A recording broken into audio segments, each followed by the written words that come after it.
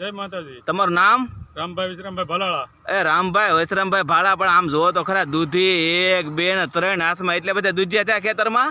તો દૂધિયા તો બહુ ચા છે। ઓહો, પણ આને શાક ખાવાની મજા આવતી છે હો। પણ જામી જાય દવા વગરનું ગણાય ને। હા, અને આ 2 દૂધિયા લાંબા અને એક આ ગોળ, એટલે આ જે ગોળ છે એની આમ બિયારણ અલગ આવે કઈ?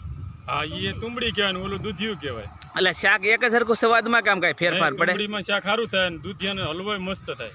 ઓહો ભાઈ, ખેડૂતે ખૂબ સરસ વાત કરી કે આનો હલવો બનાવો ને એટલે કાંઈ ઘટે ને આમ જો, અને એમ ઠંડક મળે અને આપણે દૂધિયું માટે બહુ સારો। હા, અને માથું દુખતું હોય તો આ દૂધિયાને આપણે ખમણી અને માથે સોપડી હતી ને હા, એટલે ઠંડક મળે। ઠંડક મળે એ વાત 100% છે। અને આમ જો આયુર્વેદિકમાં આ દૂધી છે ને એનું ખૂબ મોટું વર્ણન છે હો ભાઈ, ખૂબ મોટું વર્ણન એટલે માટે છે કે આને તમારે ગમે એવી એસિડિટી થઈ હોય ને તો આને તમે એનો રસ કાઢો, અને રસ કાઢીને અડધો ગ્લાસ પીવો ને એટલે ગમે એવી એસિડિટી સારી થઈ જાય, બરાબર? એટલે તમે અત્યારે આ ઉતારવા આવ્યા છો તો રોજે ઉતારવા આવો કે 2-3 દિવસ ક્યારેક આવો? બે આવી એમ બરાબર છે, 2 દિવસે આવો એટલે આ તો ઘણું શાક થઈ જાય હે।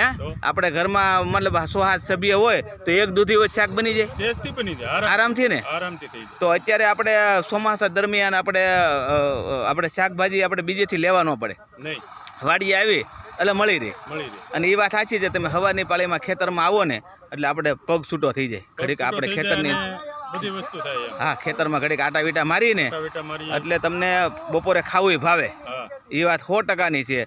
અને હવે આ આપણે દૂધિયાના વેલા ઓલી સાઈડ છે ખેતરમાં, આપણે ઓલી સાઈડ છે કે નજીક છે? હા, નજીક છે ને ઓલી સાઈડ છે, બે બાજુ છે। સમજાણું, ઓલી બાજુ છે આ તો હા, અને આ બાજુ છે એ એટલામાં રીંગણી ને એવું બધું છે। હા, વસાળે તુંબડી છે, આગળ દૂધિયા છે, ભીંડો છે, હા, રીંગણી છે, ગુવાર છે। હા, અત્યારે આપણે ગુવાર થાય ને વરસાદનો ગુવાર ને એનું શાક બહુ સારું થાય, બહુ મસ્ત આવે। સોમવારના ગુવારનું તો કઈ ઘટે જ નહીં એમ? અરે વાહ, ગુવારનું શાક અને બાજરાનો રોટલો, આનું મેસિંગ બહુ સારું થાય હો।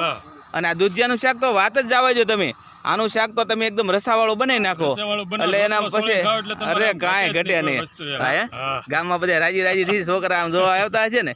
આ સીબડા થઈ ગયા છે કે બાકી છે? સીબડા હજી નથી છે ને? નહીં, વેલા પીડ્યા છે। હા, એ હવે થોડાક દિવસમાં થઈ જાય આમાં, એમાં કાંઈ ઘટે નહીં, પછી તો બહુ મજા આવશે સીબડા ખાવાની, હારે ચટણી મીઠું લઈને આવે ને એટલે કાંઈ ઘટે નહીં। ખાસ વિનંતી મિત્રો કે તમે છે ને આ વિડીયોને લાઈક કરી, શેર કરી અને કોમેન્ટમાં જણાવજો કે આ વિડીયો તમને કેવો લાગ્યો, અને પેજને ફોલો ન કર્યો તો જરૂર ફોલો કરી. ખૂબ ખૂબ આભાર, ધન્યવાદ।